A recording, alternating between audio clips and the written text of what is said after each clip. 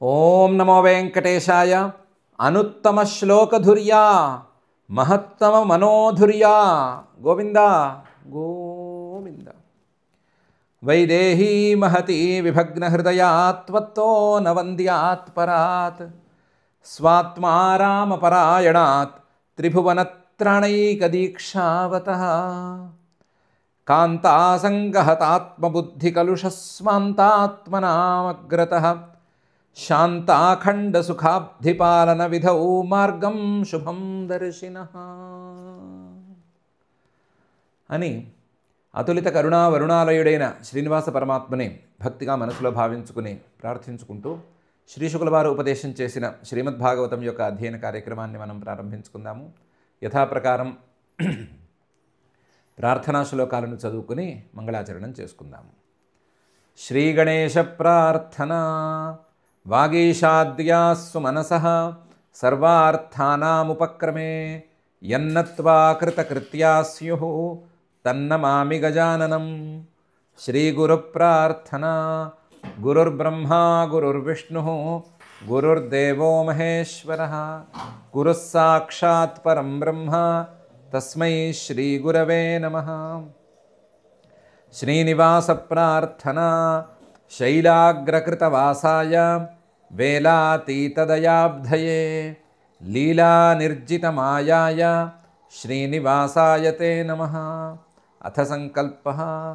అస్మాకం ఉపాత్త సమస్త దురిత క్షయ ద్వారా బుద్ధిశుద్ధ్యర్థం విద్యాభివృద్ధ్యర్థం భక్తిజ్ఞానవైరాగ్యాది తదనుకూల సర్వసంపత్సమృద్ధ్యర్థం శ్రీపరమేశ్వర ప్రీత్యర్థం శ్రీమద్భాగవత పాఠం కరిష్యామహే. అస్య శ్రీమద్భాగవత స్తోత్ర మహామంత్రస్య నారద ఋషిః బృహతీ ఛందః శ్రీకృష్ణః పరమాత్మా దేవతా బ్రహ్మబీజం భక్తిశక్తిః జ్ఞానవైరాగ్యే కీలకం. అస్మాకం శ్రీమద్భగవత్ప్రసాదసిద్ధ్యర్థే పాఠే వినియోగः ధ్యానం నారాయణాంకరహితాబ్జవికాసశుద్ధం వ్యాసప్రసూతశుకతారకభాసబద్ధం సంసారమూలఘనతామస నాశసిద్ధం స్వాకాశమాశ్రయత భాగవతం సమృద్ధం. శ్రీ గురుభ్యో నమః. 10వ అధ్యాయంలో శ్రీరామ పట్టాభిషేకాన్ని అలాగే రాముడి యొక్క పాలనా విధానాన్ని చక్కగా వర్ణించినటువంటి శ్రీశుకులవారు, లేదా అంతవరకు నడిచినటువంటి శ్రీరామ కథని చక్కగా వర్ణించినటువంటి శ్రీశుకులవారు 11వ అధ్యాయంలో ఇలా పై విషయాల్ని ప్రారంభించి చెప్తున్నారు. శ్రీశుక ఉవాచ. భగవాన్ ఆత్మనాత్మానం రామ ఉత్తమకల్పకైః సర్వదేవమయం దేవం ఈజ ఆచార్యవాన్ మఖైః అని ప్రారంభించి, రాముడు ధర్మపాలన కోసం చక్కగా పనిచేశాడు, ప్రజలందరినీ ధర్మపాలన చేసేటట్టు ప్రోత్సహించాడు, ఆదర్శప్రాయంగా నిలిచాడు అని చెప్పుకున్నాం కదా. ఏం చేశాడు అంటే మత్సుక్కి ఈ పని చేశాడు. ఏం పని చేశాడు? భగవాన్ ఆయన షడ్విధైశ్వర్య సంపన్నుడై ఉండి కూడా, ఆత్మానం తానే యజ్ఞపురుషుడై ఉండి కూడా, ఆత్మన ఈ దేహాన్ని వాడి రాముడు అని దశరథుడు పుత్రుడిగా తనకు సంప్రాప్తించినటువంటి దేహాన్ని వాడి ఆ రాముడు ఉత్తమ కల్పకై ఉత్తమమైనటువంటి విధానాలతో సర్వదేవమయమైనటువంటి తన యొక్క రూపాన్నే ఆత్మానమేవ దేవం ప్రకాశ స్వరూపాన్నే ఈజే యజ్ఞాలతో సంతృప్తిపరిచాడు. మఖైహి రకరకాల యజ్ఞాలు చేశాడు. తానే యజ్ఞాల్లో కూర్చుని యజమానిగా కూర్చుని యజ్ఞాలు చేశాడు. యజ్ఞాలు చేసి తనకు తానే ప్రీతిని కలిగించుకున్నాడు. దానికోసం ఆచార్యవాన్ వశిష్ఠ మహర్షి గారిని ఆచార్యుడిగా పెట్టుకున్నాడు, ఋత్విక్కుల్ని పెట్టుకున్నాడు, వాళ్ళందరినీ గౌరవించాడు. మధుపర్కాలు అబ్బో చాలా హడావిడి చేశాడు. వాళ్ళందరికీ మీరు మిమ్మల్ని మించిన దేవదూతలు లేరన్నారు, దేవదూతావాయతే ధృత్విజ అన్నాడు. అబ్బో అందరినీ గౌరవిస్తూ మీరేం చెప్తే చేస్తాను అని ఉత్తమమైన విధానాలతో యజ్ఞాలు చేసి, యజ్ఞాలు చేయటం అనేది అందరూ చేయవలసిందే, అందరూ ఈ ధర్మ మార్గంలో నడవవలసిందే, అందరూ వైదిక కర్మ మార్గంలో నడవవలసిందే అని కట్టడి చేశాడు. భగవాన్ ఆత్మనాత్మానం రామ ఉత్తమకల్పకై సర్వదేవమయం దేవం ఈజ ఆచార్యవాన్ మఖై. ఆ యజ్ఞాలు చేసేటప్పుడు ప్రతి యజ్ఞంలోనూ ఇదే తంతు. హోత్రే దదాత్ దిశం ప్రాచీం బ్రహ్మణే దక్షిణాం ప్రభు అధ్వర్యవే ప్రతీచీంచ ఉదీచీం సామగాయ సహా. ఒక్కొక్క ఋత్విక్కుకి ఒక్కొక్క దిక్కులో ఉండేటువంటి రాజ్యాలన్నింటినీ ఇచ్చేసేవాడు, తన ఏలుబడిలో ఉండే ప్రాంతాలను ఇచ్చేసేవాడు. హోత్రే హోతకి అదదాత్ దిశం ప్రాచీం, తూర్పు దిక్కున ఉన్న నా రాజ్యాలన్నీ నీవి అని ఇచ్చేసేవాడు. బ్రహ్మణే దక్షిణాం ప్రభువు, బ్రహ్మగారికేమో దక్షిణ దిక్కున ఉన్న రాజ్యాలన్నీ ఇచ్చాడు. అధ్వర్యవే, అధ్వర్యుడికేమో పశ్చిమ దిక్కులో ఉండే నా రాజ్యాలన్నీ నీవే తీసుకోపో అని ఇచ్చేసేవాడు.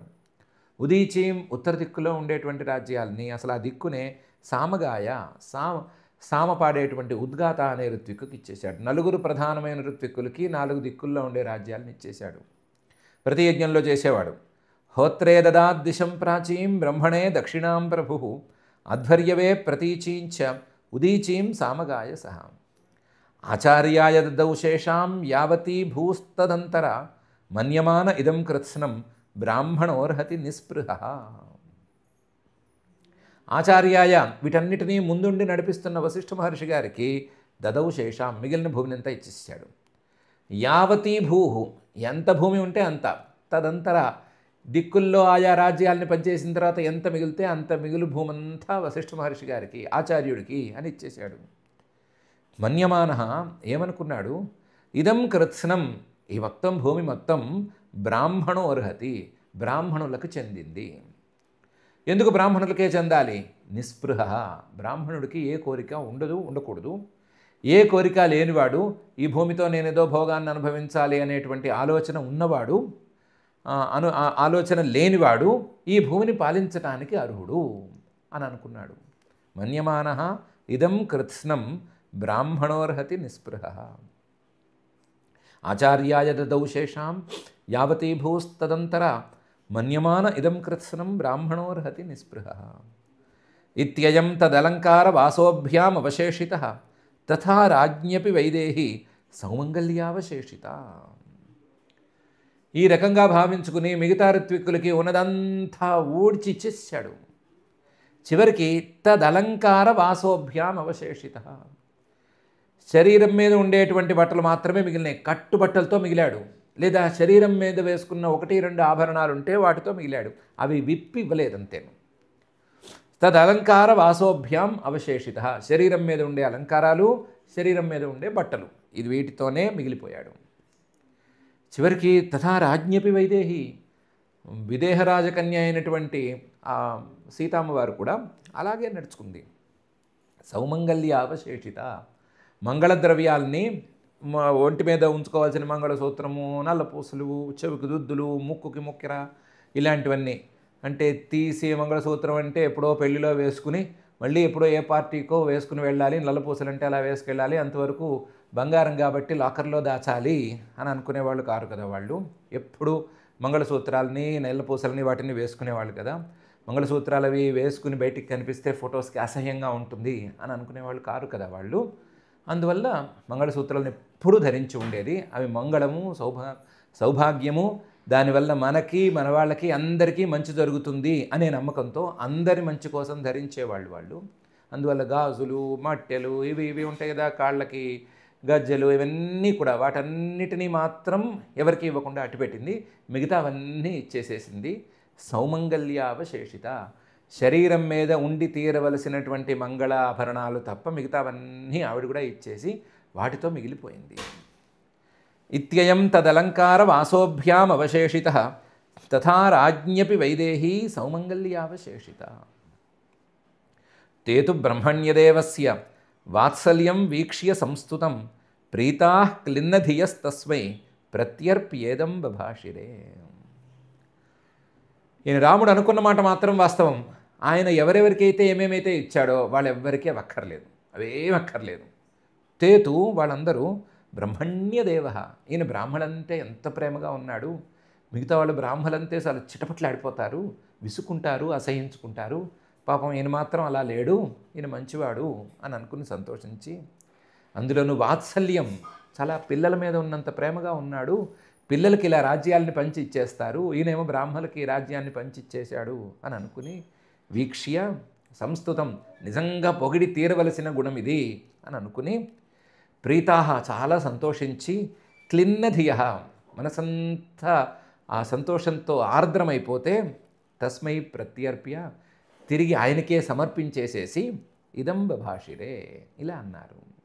వాళ్ళేం ముంచుకోలేదు, మా పని కాదు ఇది, పాలన అనేది మా పని కాదు, పాలన నీ పనే, నువ్వే చేసుకో, పాలన కాకుండా ఈ భూమితో మేము చేసుకోవాల్సింది కూడా ఏమీ లేదు, నువ్వు అనుకున్నట్లు మేమందరం నిస్పృహలమే, కాబట్టి నువ్వే తీసుకుని నువ్వే పాలన చేసుకో అని మళ్ళీ రాముడికి ప్రత్యర్పణ చేసేసి పైపెచ్చు ఈ మాటలు కూడా అన్నారు.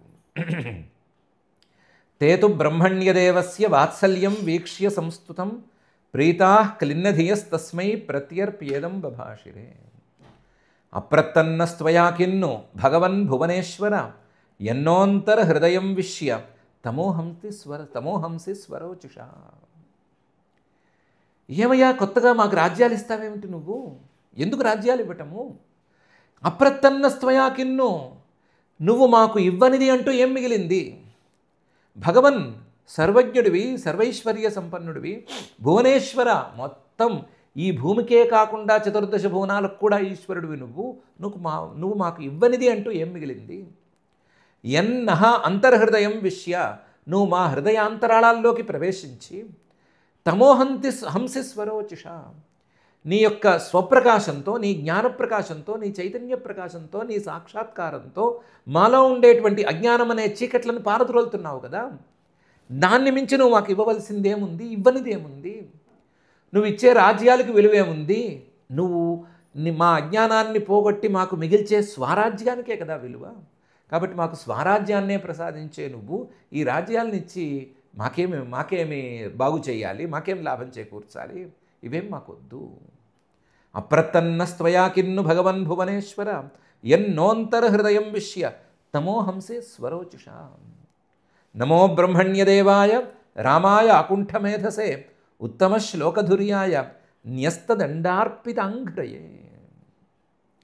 నమో బ్రహ్మణ్యదేవాయ, బ్రాహ్మణులంటే చాలా ప్రియంగా ఉండేటువంటి ఓ దేవుడా, రామాయ అందరినీ సంతోషపెట్టేటువంటి ఓ దేవుడా, లేదా అకుంఠ మేధసే ఏమాత్రం మార్పుకు లోనవ్వని నిత్య విజ్ఞాన స్వరూపుడా, ఉత్తమ శ్లోకధుర్యాయ గొప్ప కీర్తి కలిగిన వాళ్ళల్లో ముందు ఉండేటువంటి ఓ మహానుభావుడా, న్యస్త దండ అర్పితాంఘ్రయే, అన్నీ వదిలేసి ఏదీ వద్దు మనకి, అసలు ఎవరిని మనం బాధించద్దు, ఎవరిని మనం పీడించద్దు, మనం అన్నీ వదిలేసి ఆ పరమాత్మ మీదే మనస్సును నిలుపుకుందాము అని అనుకున్న వాళ్ళు నీ మీదే కదా మనస్సును నిలిపి, లేదా నీ పాదాల మీదే కదా మనస్సును నిలిపి ఆ పాదాలను మనసులో ఉంచుకుందాము అని నిరంతరం ప్రయత్నిస్తూ ఉంటారు. న్యస్త దండ అర్పిత అంగరయే, వాళ్ళు సరిగ్గా గనక ఉంటే నీ పాదాలను వాళ్ళ హృదయంలోకి ప్రవేశించనిస్తావు కదా, అలాంటి నీకు నమస్కారం తప్ప మేము ఏమీ చేయలేము. నువ్వు మాకు ఏమీ కొత్తగా ఇవ్వనక్కర్లేదు, నువ్వు ఇచ్చిన స్వరాజ్యమే మాకు చాలు, అంతకుమించి ఈ రాజ్యం గొప్పది కాదు, కాబట్టి నువ్వే తీసుకుని నువ్వే ఏలుకుని నువ్వే అన్నీ చేసుకో అని రాముడికే ఇచ్చేశారు. దండం మాత్రం పెట్టుకున్నారు. నమో బ్రహ్మణ్యదేవాయ రామాయ ఆకుంఠమేధసే ఉత్తమ శ్లోకధుర్యాయ న్యస్తదండార్పితాంఘ్రయే అని. అయితే ఈ శ్లోకం మా బ్రాహ్మలే చెప్పారా, ఋత్వికులే చెప్పారా, లేదా శ్రీశుకుల వారు విడిగా భావోద్వేగంతో చెప్పారా తెలియట్లేదు. ఎవరు చెప్పారు అని చెప్పకుండా నమో బ్రహ్మణ్యదేవాయ రామాయ అకుంఠమేధసే ఉత్తమ శ్లోకధుర్యాయ న్యస్తదండార్పితాంఘ్రయే అని చెప్తున్నారు. ఈయన ఇలాగే యజ్ఞాలు చేస్తూ పాలన సక్రమంగా చూసుకుంటూ జాగ్రత్తగా పరిపాలన చేస్తుంటే కదాచిత్ లోకజిజ్ఞాసు గూఢో రాత్ర్యామలక్షిత చరన్ వాచో శృణోద్రామ భార్యాముద్దిశ్య కస్యచిత్. ఈ రాజులు అనే వాళ్ళకి అసలు లోకంలో మన ఏలుబడిలో ఉన్న ప్రాంతంలో ఏం జరుగుతుంది అని తెలుసుకోవటం అనేది అతి ప్రధానం. ఆ ఇన్ఫర్మేషన్ లేకపోతే, ఆ ఇంటెలిజెన్స్ లేకపోతే వాళ్ళు పని చేయలేరు. అందుకని లోక జిజ్ఞాసు లోకంలో ఏం జరుగుతోంది అని తెలుసుకోవాలని అనుకుని ఒకప్పుడు కదాచిత్ గూఢ తెలియకుండా రాత్ర్యాం అలక్షిత రాత్రిపూట్ల ఆయన సంచరిస్తూ వచ్చాడు. చరణ్ ఎవరికి కనిపించకుండా సంచరిస్తూ వచ్చాడు. తత్ర అలా సంచరించేటప్పుడు వాచః అశృణోత్, కొన్ని మాటలు విన్నాడు. రాముడు కొన్ని మాటలు విన్నాడు. భార్యాముద్దిశ్య కస్యచిత్, ఎవరో భార్యతో మాట్లాడుతూ ఉంటే, భార్య గురించి మాట్లాడుతూ ఉంటే విన్నాడు. మనకు తెలిసి ఎవడో సాకలివాడు మాట్లాడుతూ ఉంటే ఈయన విన్నాడు, అది కూడా ఈయన వినలేదు, చారుడు విని ఈయనకు వచ్చి చెప్పాడు అని ఉంది. అదేం పర్వాలేదు.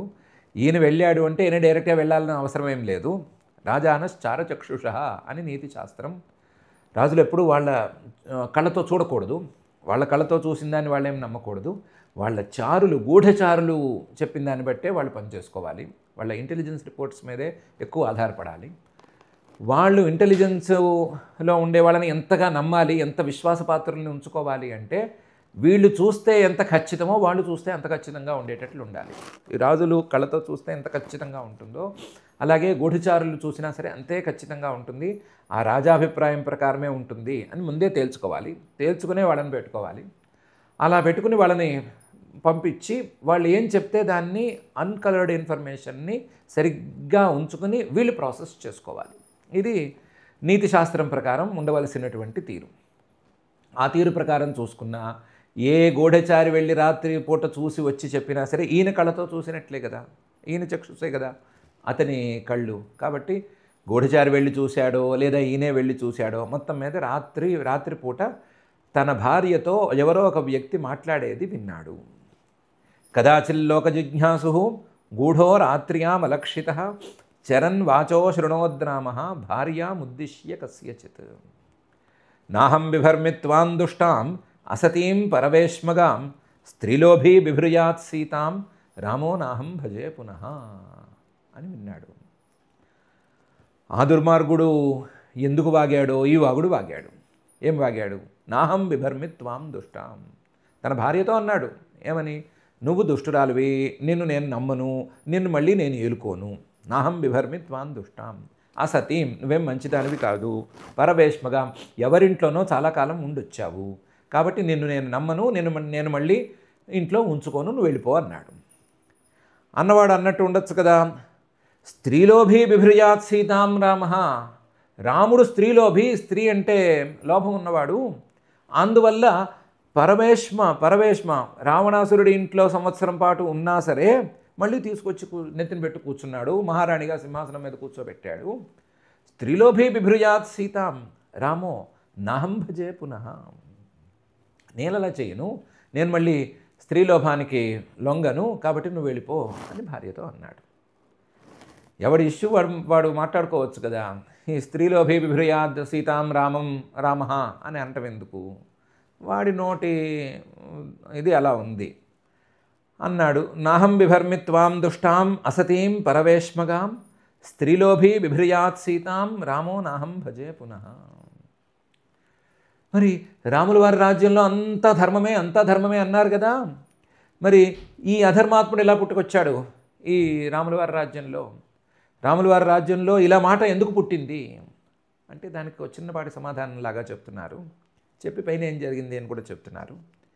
ఇతి లోకాద్ బహుముఖాత్ దురారాధ్యాద సంవిధ పత్యా భీతేన సాత్యక్త ప్రాప్త ప్రాచేత సాశ్రమం అని.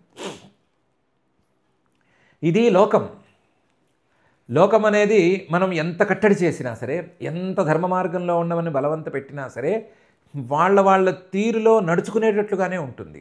వాళ్ళ స్వభావ సిద్ధమైన తీరు మొత్తం మారిపోతుంది అని చెప్పలేము. దీనికి తోడు ఈ ప్రతి మనిషి, లోకంలో ఉండే ప్రతి మనిషి లేదా లోకమే బహుముఖంగా ఉంటుంది. ఒక్కొక్కప్పుడు ధర్మమయంగా మాట్లాడచ్చు, ఒకప్పుడు ప్రేమగా మాట్లాడచ్చు, ఒకప్పుడు కోపం తెచ్చుకోవచ్చు. ఒకటే ఇష్యూ మీద ఒకసారి కోపం రావచ్చు, ఒకసారి ప్రేమ రావచ్చు, ఒకసారి జాలు రావచ్చు, ఏమైనా చేయొచ్చు. రకరకాలుగా వాళ్ళు మారుతూ ఉంటారు, రకరకాలుగా వాళ్ళ ముఖాలు చూపిస్తారు, రకరకాలుగా వాళ్ళు తమ ప్రవర్తనలను మార్చుకుంటారు. బహుముఖాత్ దురారాధ్యాత్. అసలు రాజ్యంలో ఉండే ప్రతి వ్యక్తిని సంతోషపెట్టడం అనేది ఎవ్వరి వల్ల కాదు. రాజ్యంలో ఉండే ప్రతి వ్యక్తి సంతోషపడటం అనేది ఏ పాలకుడు పాలనలోనూ జరగదు. శ్రీరాముడే దిగి వచ్చినా జరగదు. మనం పైకి ఎక్కువ మంది సంతోషిస్తే చాలా సంతోషంగా ఉన్నారు అని అనుకుంటాం.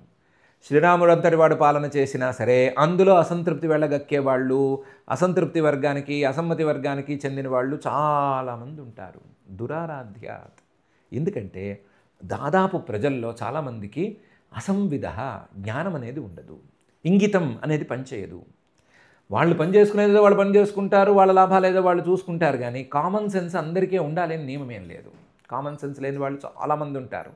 కామన్ సెన్స్ ఏంటి, బేసిక్ సెన్స్ లేని వాళ్ళు కూడా ఏడుస్తారు.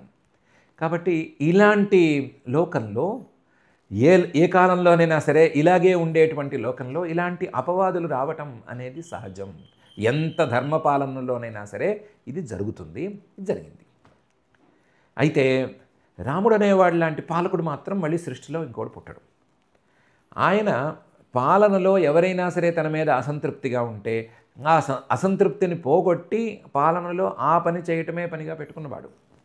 అందువల్ల భీతేన ఒకసారి ఇలా ఒక మాట పుట్టిందంటే ఈ మాట 10 మంది అనుకుని 10 మంది దీన్ని ప్రచారం చేసి చివరికి రాముడు చేసింది తప్పు, రాముడు చేసింది ధర్మం కాదు అనే మాట దాకా వచ్చి ఆయన చెప్పేది ధర్మం అని మనం నమ్మకూడదని అనుకుని ఆయన ధర్మపన్నాలే వల్లిస్తాడనేమీ లేదు, ఆయన ఏది పడితే అది చెప్తాడు, ఈరోజు ఇలా చెప్తాడు, రేపు ఇంకోటి చెప్తాడు, పగటిపూట అయితే ఓ రకంగా మాట్లాడతాడు, రాత్రిపూట అయితే ఇంకో రకంగా మాట్లాడతాడు. ఇలాంటి మాటలు ఏమైనా వచ్చి ఈ ధర్మం మీద ఈ లోకంలో జనాలకి శ్రద్ధ తగ్గింది అంటే ఈ ధర్మస్థాపన మొత్తం గాడి తప్పుతుంది.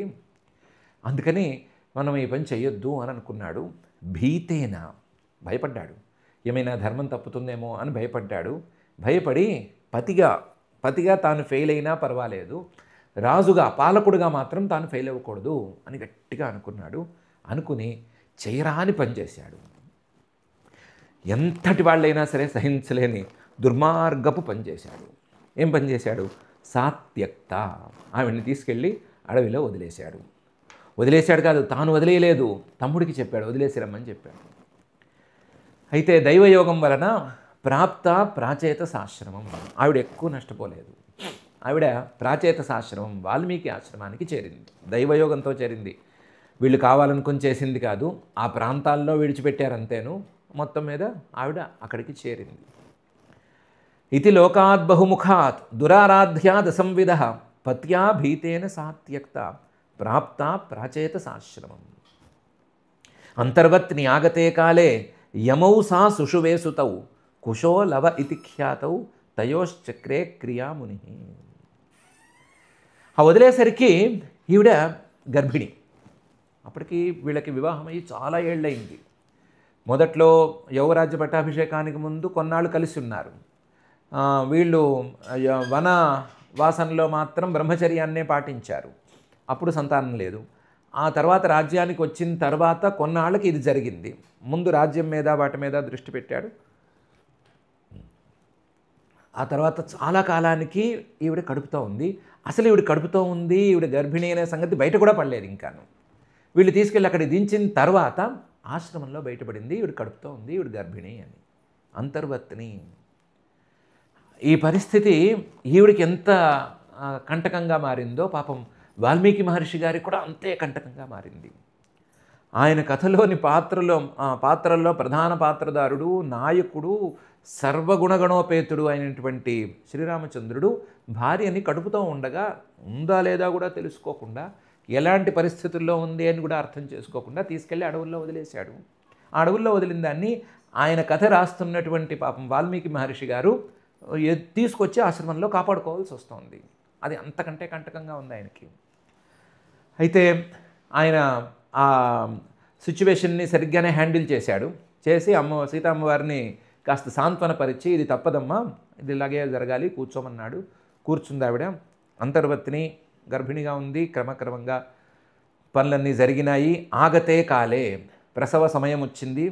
ప్రసవ సమయంలో యమౌ సా సుషువే సుతౌ కవల పిల్లలకి జన్మనిచ్చింది. ఆ కవల పిల్లలకి క్రియలు చేసేవాళ్ళు ఎవరు? పుంసవనం చేసేదెవరు? సీమంతోన్నయనం చేసేదెవరు? అలాగే పిల్లలు పుట్టిన తర్వాత వాళ్ళకి నాళఛేదనం అను చెయ్యాలి. దర్భలు తీసుకుని, దర్భలు పదునుగా ఉంటాయి, గడ్డి లాంటివి, అది పదునుగా ఉంటాయి. ఆ పదునుగా ఉన్న వాటితో జాగ్రత్తగా ఏమాత్రం వాళ్ళకి ఇబ్బంది కలగకుండా నాళఛేదనం చేయాలి. ఆయుధాలని వాటిని వాడటం ఆ కాలంలో లేదు. బ్లేడ్స్ అని అవన్నీ వాడటం లేదు. పవిత్రంగా జాగ్రత్తగా ఉండే, ఏమాత్రం అవకాశం లేని, రోగాలకి వాటికి అవకాశం లేని ఔషధీ గుణాలు ఉన్నటువంటి దర్భలతో, పదునుగా ఉన్న దర్భలతో ఆ పని చేసేవాళ్ళు. ఆ పని చేసేది ఎవరు? ఆ పని తండ్రి చేయాలి. లెక్క ప్రకారం, ధర్మశాస్త్రపు లెక్కల ప్రకారం తండ్రి వచ్చి నాళఛేదనం చేయాలి. ఆ నాళఛేదనం చేసేది ఎవరు అంటే పాపం ఈ వాల్మీకి మహర్షి గారే నెత్తినేసుకుని ఆ పని కూడా తానే తీసుకుని పాపం ఆయనే చేశాడు.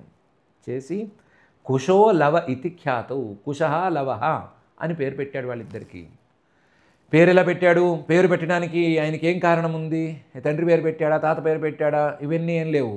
ఆ దర్భల్ని వాడేటప్పుడు దర్భల్లో 2 రకాలు ఉంటాయి, 2 భాగాలు ఉంటాయి. అగ్రాలు ఉండే భాగాల్ని కుశాలు అంటారు, మూలంలో ప్రధానంగా ఉండే భాగాల్ని, మిగతా భాగాల్ని లవలు అంటారు, లవాలు అంటారు. ఈయన కుశుడు అనే పెద్దవాడికి ముందు వచ్చిన వాడికి తర్వాత వచ్చిన వాడికి, వీళ్ళు ట్విన్స్ కదా, అందుకని తర్వాత వచ్చినవాడు పెద్ద, ముందు వచ్చిన వాడే చిన్న అని లెక్క ఉంది. దాని ప్రకారం ముందు వచ్చిన వాడికి లవల్తో చేశాడు నాళఛేదనం, తర్వాత వచ్చిన వాడికి కుశలతో చేశాడు. చేసి కుశలతో చేసిన వాడికి కుశుడు అని పేరు పెట్టాడు, లవల్తో చేసిన వాడికి లవహ అని పేరు పెట్టాడు. కానీ వాళ్ళిద్దరూ తర్వాత చాలా ఖ్యాతి పొందారు. ఎంత ఖ్యాతి పొందారు అంటే దాదాపుగా తండ్రితో యుద్ధం చేసినా సరే గెలుస్తారేమో అనుకునేంత ఖ్యాతిని పొందారు వాళ్ళు. తయోహో, వాళ్ళిద్దరికీ క్రియాహ, చేయవలసిన క్రియలన్నిటినీ ముని చక్రే, వాల్మీకి మహర్షి గారే చేశారు. తన నాయకుడు చేయవలసిన పనిని పాపం మునిగారు తానే చేశాడు. అంతర్వత్ న్యాగతే కాలే యమౌ సా సుషుభే సుతౌ కుశో లవ ఇతి ఖ్యాతౌ తయోశ్చక్రే క్రియాముని. అంగదశ్చిత్రకేతుశ్చ లక్ష్మణస్యాత్మజౌ స్మృతౌ తక్షః పుష్కల ఇత్యాస్తాం భరతస్య మహీపతే. బై ద వే, మిగతా అన్నదమ్ములందరికీ కూడా ఇద్దరిద్దరేసి పిల్లల చొప్పున పుట్టారు. అంగద చిత్రకేతు అని వీళ్ళిద్దరూ లక్ష్మణుడికి ఆత్మజౌ స్మృతౌ పిల్లలు పుట్టారు. తక్షః పుష్కలః ఇది వీళ్ళిద్దరూ భరతుడికి పిల్లలుగా పుట్టారు. మహీపతే ఓ పరీక్షిత్తు, వాళ్ళిద్దరికీ ఇద్దరిద్దరేసరి పిల్లలు పుట్టారు. సుబాహు శ్రుతసేనశ్చ శత్రుఘ్నస్య బభూవతు గంధర్వాన్ కోటిశో జఘ్నే భరతో విజయే దిశాం. సుబాహు చిత్రసేన శృతసేన అనే పిల్లలిద్దరూ శత్రుఘ్నుడికి పుట్టారు. బభూవతు, ఇలా ఇద్దరేసి పిల్లలు చొప్పున మిగతా అన్నదమ్ములందరికీ పిల్లలు పుట్టారు. వాళ్ళందరూ హాయిగా రాజ్యంలో పెరుగుతున్నారు. పాపం చక్రవర్తి గారి అబ్బాయిలు మాత్రం అడవుల్లో, పర్ణశాలల్లో పెరుగుతున్నారు. ఇది పరిస్థితి. ఈ లోపల ఈయన దిగ్విజయం చేయమని అందరికీ తమ్ముళ్ళకి ఆజ్ఞాపన చేశాడు కదా. సింహాసనానికి వెళ్ళక ముందే, పురంలోకి అయోధ్యలోకి ప్రవేశించక ముందే దిగ్విజయం చేసి మొత్తం అంతా మన ఏర్బడిలోకి తేవాలని చెప్పాడు కదా. దాని ప్రకారం భరతుడు అన్నగారి ఆజ్ఞ ప్రకారం వెళ్ళి ఉత్తర దిక్కుకు వెళ్ళి గంధర్వాన్ కోటిశో జఘ్నే, కోట్ల కొద్దీ గంధర్వుల మీద పడ్డా సరే వాళ్ళందరినీ కొట్టి, చంపేయమక్కర్లేదు, కొట్టేసి వాళ్ళని ఓడించి వాళ్ళ మీద విజయాన్ని సాధించి పట్టు సాధించి తీసుకొచ్చాడు. సుబాహుశ్రుతసేనశ్చ శత్రుఘ్నస్య బభూవతు గంధర్వాన్ కోటిశో జఘ్నే భరతో విజయే దిశాం. తదీయం ధనమానీయ సర్వం రాజ్ఞే న్యవేదయత్ శత్రుఘ్నశ్చ మధోః పుత్రం లవణం నామ రాక్షసం హత్వా మధువనే చక్రే మథురాం నామ వైపురీం. తదీయం ధనమానీయ, ఆ ఉత్తర దిక్కు నుంచి గంధర్వుల తాలూకు ధనాన్నంతా తీసుకొచ్చి, సర్వం మొత్తం తీసుకొచ్చి రాజ్ఞే న్యవేదయత్, శ్రీరాముడికే ఒప్పచెప్పేశాడు. శ్రీరాముడికే ఒప్పచెప్పి, నువ్వు చెప్పినట్లుగా దిగ్విజయం చేసుకొచ్చాను, ఇదో ఇంత మిగిలింది, ఇంత ఖర్చు అయింది, మిగిలి నీకు ఇచ్చేస్తున్నానని చెప్పి ఇచ్చేసాడు. శత్రుఘ్నుడు కూడా, మధువు అనే రాక్షసుడు ఉండేవాడు. ఆ మధోః పుత్రం, ఆ మధువు పుత్రుడు లవణ అని రాక్షసుడు, లవణాసురుడు అని, నవణం నామ రాక్షసం, ఆ రాక్షసుణ్ణి మధువనం అనే ప్రాంతంలో హత్వా సంహరించి చక్రే మథురాం నామ వైపురీం, మథుర అనే పేరుతో నగరాన్ని ఏర్పరిచి వచ్చాడు. తదీయం ధనమానీయ సర్వం రాజ్ఞే న్యవేదయత్ శత్రుఘ్నశ్చ మధోః పుత్రం లవణం నామ రాక్షసం హత్వా మధువనే చక్రే మథురాం నామ వైపురీం. మునౌ నిక్షిప్య తనయౌ సీతాభర్త్రా వివాసిత ధ్యాయంతీ రామచరణౌ వివరం ప్రవివేశ. పిల్లలు కాస్త పెరిగి పెద్ద వయసుకు వచ్చేసరికి, ఎంత కాస్త 4-5 జానులు ఎత్తుకొచ్చేసరికి ఆ ఇద్దరిని తన పిల్లల్నిద్దరినీ సీతామ్మవారు మునౌ నిక్షిప్య మునిగారికి ఒప్పచెప్పేసేసింది. వాల్మీకి మహర్షి గారికి ఒప్పచెప్పేసి మీరు చూసుకోండి అని చెప్పేసి, భర్త్రా వివాసిత, నన్ను నా భర్తే వద్దనుకుని పంపించేశాడు, నేను ఎందుకు ఇంకా ఇక్కడ ఉండటం అని అనుకుని, అలాగని నన్ను పంపించేశాడు కాబట్టి ఆయన మీద నాకు కోపం అని అనుకోకుండా ధ్యాయంతి రామచరణౌ, ఆ శ్రీరాముడి పాదారవిందాలనే ధ్యానిస్తూ వివరం ప్రవివేశ, తాను ఎక్కడి నుంచి వచ్చిందో భూమి నుంచి ఆ భూమికే మళ్ళీ వెళ్ళిపోయింది, భూమిలోకి ప్రవేశించేసింది. అక్కడికి లక్ష్మీదేవి సీతామ్మవారుగా వచ్చి మళ్ళీ అవతార పరిసమాప్తి చేసింది. అవతార పరిసమాప్తికి కారణం కావాలి కాబట్టి నన్ను ఎంతకాలానికి మళ్ళీ భర్త గారు పిలవటం లేదు అని ఒక కారణం పెట్టింది. ఆ కారణం ప్రకారం మళ్ళీ వెళ్ళిపోయింది. మునౌ నిక్షిప్యతనయౌ సీతా భర్తరా వివాసిత ధ్యాయంతి రామచరణౌ వివరం ప్రవివేశ. తచ్ఛ్రుత్వా భగవాన్ రామో రుంధన్నపి ధియా శుచః స్మరంస్తస్యాః గుణాంస్తాంస్తాన్ నాశక్నోత్ రోద్ధుమీశ్వరః. రాముడంతటి వాడు తచ్ఛ్రుత్వా, అది విని భగవాన్ రామ, ఓ ఇలాంటి వాటికి లొంగనే లొంగడు, అలాంటివాడు ఎంతో ప్రేమ ఉన్న భార్యని, ఎంతో ఇష్టమైనటువంటి భార్యని ఎంతకైనా సరే తెగించి 10 తలల రావణుడితో కూడా తలబడి పోరాడి మళ్ళీ వెనక్కి తెచ్చుకుంటాను అని సంకల్పించినటువంటి భార్యని, దానికోసం ఆ భార్య కోసం సముద్రాలే దాటి అవతలికి వెళ్ళినటువంటి ఆ భార్యని, వెళ్ళి గెలుచుకొచ్చినటువంటి భార్యని విడిచినప్పుడు కూడా అంతగా బాధపడలేదు, లేదా ఆ భార్యని రాజ్యం కోసం లేదా రాజ్యంలో ధర్మస్థాపన కోసం విడిచినప్పుడు కూడా అంత బాగా బాధపడలేదు. కానీ ఆవిడ మళ్ళీ అవతార పరిసమాప్తి చేసింది అని తెలిసిన వెంటనే మాత్రం చాలా బాధపడ్డాడు. రుంధన్నపి ధియా శుచః, ఒకవైపు ఆయన ఉదీరోదాత్తుడు కదా, ఏడవకూడదు, బాధపడకూడదు అయినా రుంధన్నపి ధియా శుచః, కష్టపడి బుద్ధితో తన వివేకంతో ఏడుపులన్నిటినీ లేదా బాధల్ని దిగమింగాలని ప్రయత్నం చేస్తూ కూడా ఆవిడ గురించి గుర్తొచ్చి స్మరంస్తస్యాః గుణాంస్తాంస్తాన్, ఆవిడ నా దగ్గరికి వచ్చిన దగ్గర నుంచి ఒక్క తప్పు ఎరుగున, అన్నీ నేను ఆవిడ పట్ల తప్పులు చేయటమే తప్ప ఆవిడ నా పట్ల తప్పు అనేది చేసిందా అని ఆ గుణాలని స్మరించుకుంటూ ఆ రోజు అగ్ని పరీక్ష నేనే చేశాను, ఈరోజు చాకలివాడు చెప్తే నేనే మళ్ళీ అడవిలోకి పంపించేశాను, దానికి కారణంగా మళ్ళీ ఆవిడ ఆశ్రమ స్థానాలను చూడాలని ఉందండి అని చెప్పడాన్ని తీసుకున్నాను. ఇలా ఏం చేసినా సరే ఆవిడలో గుణాలు కనిపిస్తున్నాయి కానీ నాలో గుణాలు కనిపించట్లేదు అని అనుకుని నాశక్నో ద్రోద్ధుమీశ్వర, తన మనసులో రేగే బాధల్ని పాపం ఆపుకోలేకపోయాడు. ఈశ్వర, సాక్షాత్తు పరమేశ్వరుడు పరమాత్మే దిగి వచ్చి కూడా మనిషి శరీరంలో ఉండి భార్య మీద ప్రేమని అణుచుకోలేకపోయాడు. ఆవిడ అవతార పరిసమాప్తి చేస్తే బాధపడకుండా ఉండలేకపోయాడు. తచ్ఛ్రుత్వా భగవాన్ రామో రుంధన్నపి ధియా శుచః స్మరంస్తస్యా గుణాంస్తాంస్తాన్ నాశక్నోద్ రోద్ధుమీశ్వర. ఇప్పుడు వద్దు, ఇది చరిత్ర వరకే. ఈ చరిత్రలో మనం ఆ క్యారెక్టర్స్లో మనం కూడా ఇన్వాల్వ్ అవుతాం కాబట్టి, వాటిల్లో కలిసిపోతాం కాబట్టి మనకి బాధలు ఇవన్నీ కలుగుతాయి. కానీ పరమాత్మ యొక్క లీలా విశేషం ఇది అని తీసుకుంటే, ఈ పరమాత్మ ఎందుకు ఈ లీలను చూపించాడు అని ప్రశ్న వేసుకోవాలి. ఆ ప్రశ్న వేసుకుంటే దానికి సమాధానం చెప్పటానికే ఏం చూపించాడు అని అర్థం వస్తుంది అని శ్రీశుకుల వారు చెప్తున్నారు. స్త్రీపుం ప్రసంగ ఏతాదృక్ సర్వత్ర త్రాసమావహ అపీశ్వరాణం కిముత గ్రామ్యస్య గ్రహచేతసః. స్త్రీపుం, స్త్రీలు పురుషులు వీళ్ళ మధ్య ఉండేటువంటి ప్రసంగ, సంబంధం. ఎలాంటి సంబంధం? ప్రసంగ, చాలా ప్రకృష్టమైన, ఒకవైపు ధార్మికంగాను, ఒకవైపు ప్రేమమయంగాను, ఒకవైపు అవసరాల నిమిత్తము, ఒకవైపు మరొక విధంగాను, ఇలా పెనవేసుకుపోయినటువంటి బంధం. ఏతాదృక్, ఎలాంటి బంధం? ఆ బంధాలలో కల్లా ఉత్తమ బంధం, స్త్రీ పురుషుల బంధాల్లో ఉత్తమ బంధం అంటే ఎలాంటి బంధం?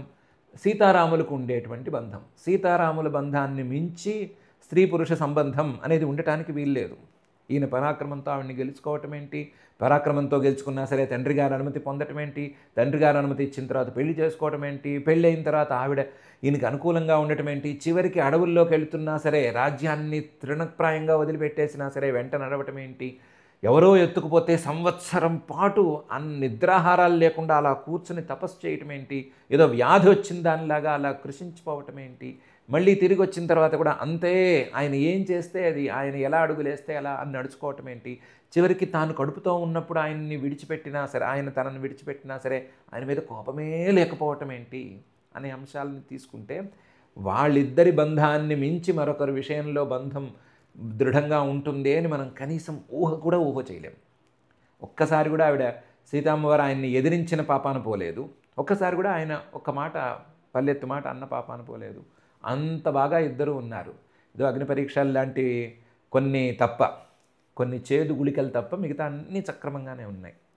కానీ ఏతాదృక్ ఎంత బాగా ఉన్నా సరే సర్వత్రా త్రాసమావహ, ఎప్పటికప్పుడు భయాన్నే కలిగిస్తుంది. అరణ్యంలో ఉండగా కాకాసురుడి దగ్గర నుంచి అందరూ ఈవిడి మీదే పడుతుంటే ఆయన బాధపడుతూనే ఉన్నాడు. అయ్యో ఈవిడిని రక్షించుకోవడం ఎట్లాగా, అరణ్యంలో ఈ ఒంటరి స్త్రీని మనం రక్షించడం ఎట్లా అని భయపడుతూనే ఉన్నాడు, దాని మీద బుద్ధి పెడుతూనే ఉన్నాడు. చివరికి అనుకున్నంత పని జరిగింది. మళ్ళీ దొరకడం ఎట్లా, ఎక్కడుంది, ఉందా లేదా, ఎవరైనా తినేశారా, ఏమన్నా అయిపోయిందా, ఎక్కడైనా పోయిందా అని భయపడుతూనే ఉన్నాడు. తర్వాత తిరిగి వచ్చేసింది అనుకున్న తర్వాత అయ్యో ఎవరైనా ఏమైనా అనుకుంటారా అని భయపడ్డాడు. మళ్ళీ తిరిగి అగ్ని పరీక్ష జరిగిన తర్వాత కూడా ఆ అగ్ని పరీక్ష ఎక్కడో సముద్రం దగ్గర జరిగిందంట, మనకేం తెలియదంట అని ఎవరో వాగితే మళ్ళీ వీళ్ళేమనుకుంటారో అని భయపడుతూనే ఉన్నాడు. భయపడుతూనే ఈ సంబంధాన్ని కొనసాగించాడు. త్రాసమావహ, కష్టాన్ని, భయాన్ని, వీటినే అనుభవించాడు ఈయన. ఈ సీతారామ సంబంధంలో కష్టాలు చాలా ఎక్కువగా ఉన్నాయి, సుఖాలు అక్కడక్కడ ఉన్నాయి, కానీ కష్టాలు చాలా చాలా ఎక్కువగా ఉన్నాయి. కాబట్టి అపీశ్వరాణం, సర్వసమర్థులైన రాముడు మొదలైన వాళ్ళకే ఇలా ఉంటే కిముత మిగతా వాళ్ళకి ఏమని చెప్పాలి? అందులోనూ గ్రామ్యస్య, అంత గొప్పగా ఉండకుండా గృహచేతస, ఇల్లు వాకిలి నాది, నేను, నా పెళ్ళాం, నా పిల్లలు అని అనుకునే వాళ్ళకి ఏ రకమైన ఫలితాలను ఇస్తుంది అని తెలుసుకోవటానికి ఒక స్కోప్నిస్తూ, తెలుసుకునేందుకు ఒక అవకాశాన్ని ఇస్తూ ఆయన ఈ లీలా విన్యాసం చేశాడు. అది తెలియకపోతే సీతారాముల యొక్క సంబంధాన్ని ఇలా గనక అర్థం చేసుకోలేకపోతే సీతారాముల సంబంధాన్ని అర్థం చేసుకున్నట్లే కాదు. కాబట్టి ఈ ప్రసంగం కాదు, స్త్రీ పురుష ప్రసంగం కాదు కావాల్సింది, జీవాత్మ పరమాత్మ ప్రసంగం అనేది కావాలి. జీవుడు తన స్వస్వరూపమైనటువంటి పరమాత్మతో కలిసిమెలిసి ఉండటం లేదా పరమాత్మలో కలిసిపోవటం అనే దానికోసం ప్రయత్నం చేయాలి. అలా చేయకపోతే సాక్షాత్తు ఆ పరమాత్మే దిగి వచ్చినా సరే స్త్రీ పురుష ప్రసంగం ఎప్పుడూ భయాన్ని, బాధని, ఏడుపుని, వీటినే మిగులుస్తుంది అని అర్థం చేసుకోవాలి అనే ఉద్దేశంతో ఈ రకంగా ఆయన ప్లాన్ చేశాడు. స్త్రీపుం ప్రసంగ ఏతాదృక్ సర్వత్ర త్రాసమావహ అపి ఈశ్వరాణం కిముత గ్రామ్యస్య గృహచేతసః. అయితే ఈయన ధర్మస్థాపన అనేదాన్ని కూడా దృష్టిలో పెట్టుకున్నాడు కదా, ఒట్టి వైరాగ్య జననం అనేదాన్ని దృష్టిలో పెట్టుకోలేదు, ధర్మస్థాపన కూడా పెట్టుకున్నాడు. అందుకని తత ఊర్ధ్వం బ్రహ్మచర్యం ధారయన్ నజుహోత్ ప్రభు 13 సాహస్రం అగ్నిహోత్రమఖండితం. సీతామ్మవారు అవతార పరిసమాప్తి చేసిన తర్వాత తత ఊర్ధ్వం బ్రహ్మచర్యం ధారయన్, బ్రహ్మచారిగా మిగిలిపోయాడు. అజుహోత్, అక్కడి నుంచి అగ్నిహోత్ర హోమం మాత్రం చేసుకుంటూ వచ్చాడు. ప్రభువు, ఆయన సర్వసమర్థుడు, కావాలనుకుంటే ఆయనకి పెళ్లి చేసుకోవడం అనేది పెద్ద విషయం కాదు. కానీ అందుకోసం రాలేదు, ఆయన ధర్మస్థాపన కోసం వచ్చాడు. అందువల్ల భార్య వెళ్ళిపోయిన తర్వాత చేయవలసినటువంటి విధురాగ్నిహోత్రాన్ని 13 సాహస్రం 13,000 సంవత్సరాల పాటు చేశాడు. ఆ విధురాగ్నిహోత్రం సామాన్యం కాదు. మామూలుగా భార్య ఉన్నప్పుడు అగ్నిహోత్రం చేసుకోవడం చాలా సుఖం. ఒకవేళ గనక తప్పు జరిగి అగ్నిహోత్రం నిలవకపోతే ప్రాయశ్చిత్తం చేసుకుని మళ్ళీ అగ్నిహోత్రాన్ని పుట్టించుకుని దానికి ఏదో ఆధానం, పునర్విచ్ఛిన్నాధానం, ఏదో ఆధానం చేసుకుని మళ్ళీ అగ్నిహోత్రం చేసేసుకోవచ్చు. ప్రాయశ్చిత్తాలు ఉంటే అవి ఉంటాయి. ఈ విధురాగ్నిహోత్రిలో ఒక్కటే అగ్నిహోత్రం, అది చల్లారకూడదు, దాని తాలూకు విశేషాలేవి పోకూడదు, అందులో తప్పులు జరగకూడదు, ప్రాయశ్చిత్తాలు లేవు, ఖచ్చితంగా కఠినంగా నియమాలను పాటించాలి, ఆ నియమాల ప్రకారం చేయాలి. అలా చేయవలసి వస్తే ఈయన 13,000 సంవత్సరాల పాటు అగ్ని చల్లారకుండా అగ్నిహోత్రం చేశాడు. 13 సాహస్రం అగ్నిహోత్రం అఖండితం, ఎక్కడా ఖండనం అనేది లేదు. ఖండనం ఉంటే పోయినట్టే, ఇంక మళ్ళీ రాదు. దానికి ప్రాయశ్చిత్తం లేదు, దానికి జన్మజన్మల ప్రాయశ్చిత్తం చెల్లించుకోవాలి. అలాంటి విధురాగ్నిహోత్రాన్ని గట్టిగా చేశాడు. ఆ మాట బయటికి చెప్పకూడదు, విధురాగ్నిహోత్రం అని మళ్ళీ మళ్ళీ అనకూడదు. ఎవ్వరూ చేయరు, ఎవ్వరూ చేయబోరు, ఎవ్వరూ ఆ జోలికి పోరు. అలాంటి దాన్ని శ్రీరాముడు ఒక్కడే 13,000 సంవత్సరాల పాటు చేశాడు.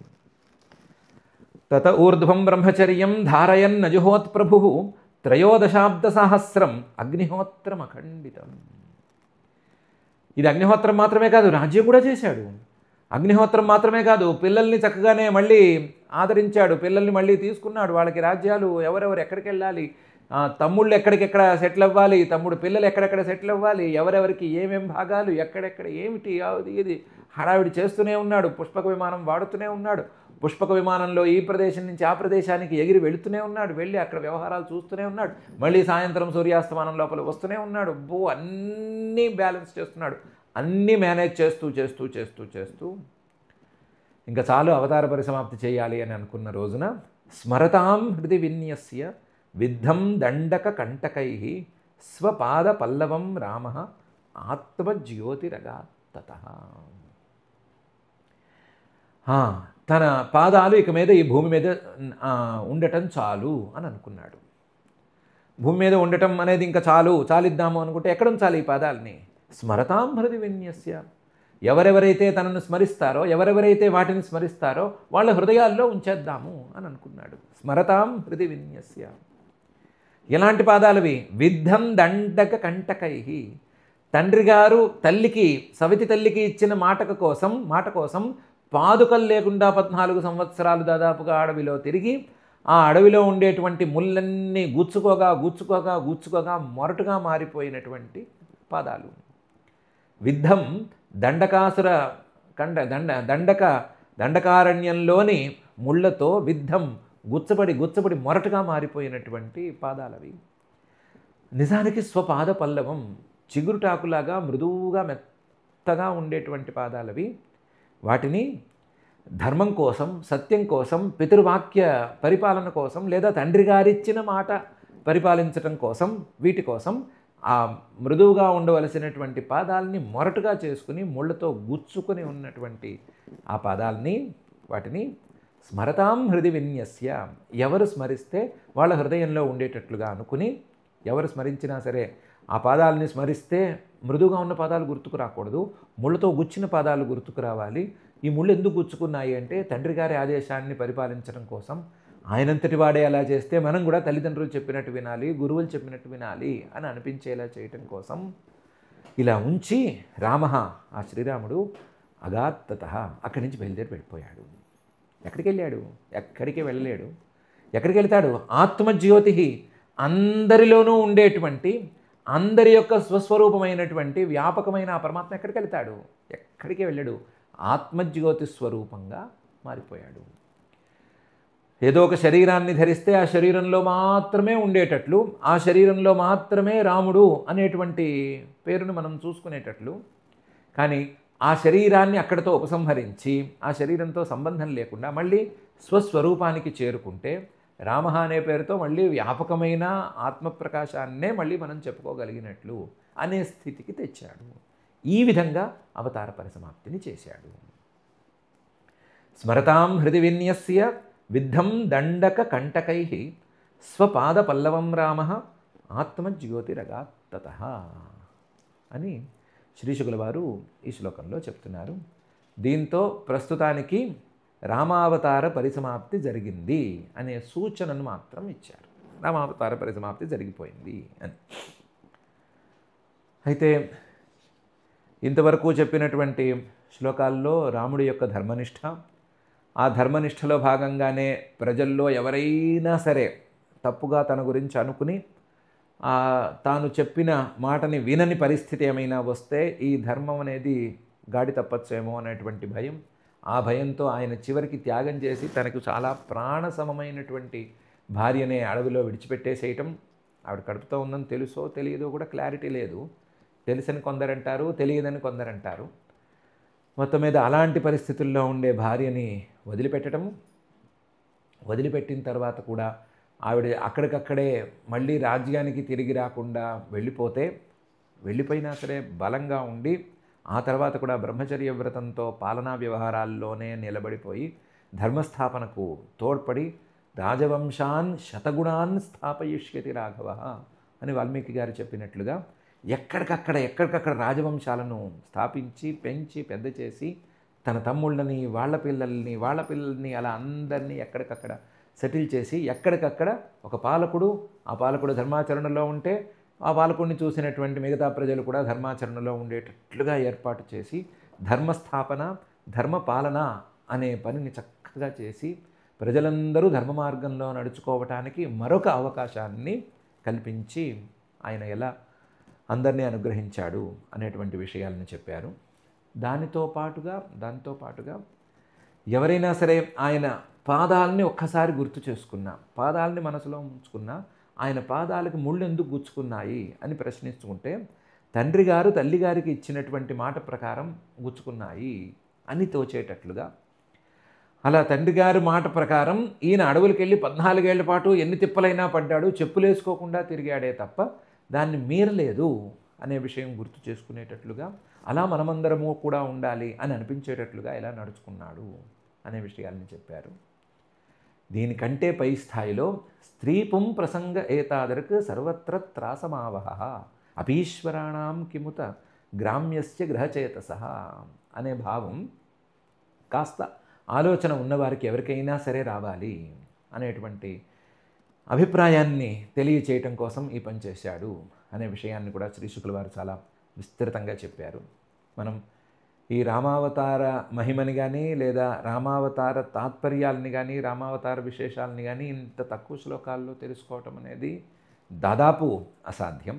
అయితే శ్రీ శుకుల వారు ఎందుకో దాన్ని ఎక్కువ చెప్పదలుచుకోకుండా ప్రధానంగా తాను చెప్పదలుచుకున్నటువంటి వైరాగ్యం, ధర్మస్థాపన ఈ రెండింటిని గురించే మాట్లాడి మధ్యమ స్థాయి సాధకులకు కావాల్సినటువంటి ధర్మం, ఉత్తమ స్థాయి సాధకులకు కావాల్సినటువంటి వైరాగ్యం ఈ రెండిటిని ఎలా చూపించాడు, అధమ స్థాయిలో ఉన్న వాళ్ళని కూడా అనుగ్రహించి, చాకలివాడు ఏదో మాట్లాడితే అధమ స్థాయిలో ఆలోచించకుండా మాట్లాడితే వాడిని కూడా ఏమనకుండా వాడు కూడా తన మాట విని మధ్యమ స్థాయికో ఉత్తమ స్థాయికో వచ్చేటట్లు ఎలా చేశాడు అనే విషయాలని చాలా చక్కగా నిరూపణ చేశారు.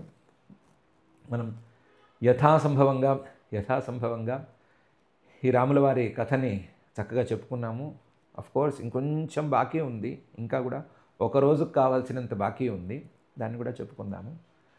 రాముల వారి యొక్క ఈ అవతారం, దీని ఉద్దేశ్యం, దీని వెనకాల ఉండేటువంటి ధర్మ వైరాగ్యాల యొక్క ప్రాధాన్యం వీటన్నిటినీ మనసులో ఉంచుకొని ఆ దృష్టితో ఆయన యొక్క నడవడికని మనం అర్థం చేసుకుని మనం కూడా అదే విధంగా నడుచుకోవాలని, అలా నడిచేటట్లుగా మనల్ని అనుగ్రహించమని ఆ అతులిత కరుణా వరుణాలయుడైనటువంటి శ్రీనివాస పరమాత్ముడిని భక్తిగా ప్రార్థించుకుందాము.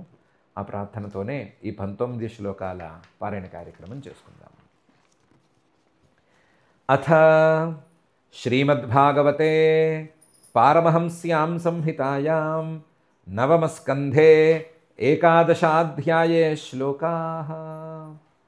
శ్రీశుక ఉవాచ భగవానాత్మనాత్మానం రామ ఉత్తమకల్పకైః సర్వదేవమయం దేవం ఈజ ఆచార్యవాన్ మఖైః హోత్రే దదాద్దిశం ప్రాచీం బ్రహ్మణే దక్షిణాం ప్రభుః అధ్వర్యవే ప్రతీచీంచ ఉదీచీం సామగాయసః ఆచార్యాయ దదౌ శేషాం యావతీ భూస్తదంతరా మన్యమాన ఇదం కృత్స్నం బ్రాహ్మణోర్హతి నిస్పృహః ఇత్యయంతదలంకార వాసోభ్యామవశేషితః తథా రాజ్ఞపి వైదేహీ సౌమంగల్యావశేషితా తే తు బ్రహ్మణ్యదేవస్య వాత్సల్యం వీక్ష్య సంస్తుతం ప్రీతాః క్లిన్నధియస్తస్మై ప్రత్యర్ప్యేదం బభాషిరే అప్రత్తం నస్త్వయా కిన్ను భగవన్ భువనేశ్వర యన్నోంతర్హృదయం విశ్య తమోహంసి స్వరోచిషా నమో బ్రహ్మణ్యదేవాయ రామాయ కుంఠమేధసే ఉత్తమశ్లోకధుర్యాయ న్యస్తదండార్పితాంఘ్రయే కదాచిల్లోకజిజ్ఞాసు గూఢో రాత్ర్యామలక్షితః చరన్ వాచో శృణోద్రామః భార్యాముద్దిశ్య కస్యచిత్ నాహం బిభర్మి త్వాం దుష్టాం అసతీం పరవేష్మగాం స్త్రీలోభీ బిభ్రయాత్ సీతాం రామో నాహం భజే పునః ఇతి లోకాద్బహుముఖాత్ దురారాధ్యాదసంవిదః పత్యా భీతేన సాత్యక్తా ప్రాప్తా ప్రాచేతసాశ్రమం అంతర్వత్న్యాగతే కాలే యమౌ సా సుషువే సుతౌ కుశోలవ ఇతి ఖ్యాతౌ తయోశ్చక్రే క్రియామునిః అంగదశ్చిత్రకేతుశ్చ లక్ష్మణస్యాత్మజౌ స్మృతౌ తక్షః పుష్కల ఇత్యాస్తాం భరతస్య మహీపతే సుబాహుశ్రుతసేనశ్చ శత్రుఘ్నస్య బభూవతుః గంధర్వాన్ కోటిశో జఘ్నే భరతో విజయే దిశాం తదీయం ధనమానీయ సర్వం రాజ్ఞే న్యవేదయత్ శత్రుఘ్నశ్చ మధోః పుత్రం లవణం నామ రాక్షసం హత్వా మధువనే చక్రే మథురాం నామ వైపురీం మునౌ నిక్షిప్య తనయౌ సీతా భర్త్రా వివాసితా ధ్యాయంతి రామచరణౌ వివరం ప్రవివేశః తచ్ఛ్రుత్వా భగవాన్ రామో రుంధన్నపి ధియా శుచః స్మరంస్తస్యా గుణాంస్తాంస్తాన్ నాశక్నోద్రోద్ధుమీశ్వరః స్త్రీపుం ప్రసంగ ఏతాదృక్ సర్వత్రత్రాసమావహః అపీశ్వరాణాం కిముత గ్రామ్యస్య గృహచేతసః తత ఊర్ధ్వం బ్రహ్మచర్యం ధారయన్న జుహోత్ ప్రభుః త్రయోదశాబ్దసాహస్రం అగ్నిహోత్రమఖండితం స్మరతాం హృది విన్యస్య విద్ధం దండకకంటకైః స్వపాదపల్లవం రామః ఆత్మజ్యోతిరగాత్తతః ఇతి శ్రీమద్భాగవతే పారమహంస్యాం సంహితాయాం నవమస్కంధే దశమాధ్యాయే శ్లోకాః అథ క్షమా ప్రార్థనా యదక్షరపదభ్రష్టం మాత్రాహీనం చ యద్భవేత్ తత్సర్వం క్షమ్యతాం దేవ నారాయణ నమోऽస్తు తే అథ భగవత్సమర్పణం కాయేన వాచా మనసేంద్రియైర్వా బుద్ధ్యాత్మనా వా ప్రకృతే స్వభావాత్ కరోమి యద్యత్ సకలం పరస్మై నారాయణాయేతి సమర్పయామి అథ లోకక్షేమ ప్రార్థనా సర్వే భవంతు సుఖినః సర్వే సంతు నిరామయాః సర్వే భద్రాణి పశ్యంతు మా కశ్చిద్ దుఃఖభాగ్ భవేత్ అథ మంగళం శ్రియః కాంతాయ కళ్యాణ నిధయే నిధయేర్థినాం శ్రీవేంకటనివాసాయ శ్రీనివాసాయ మంగళం.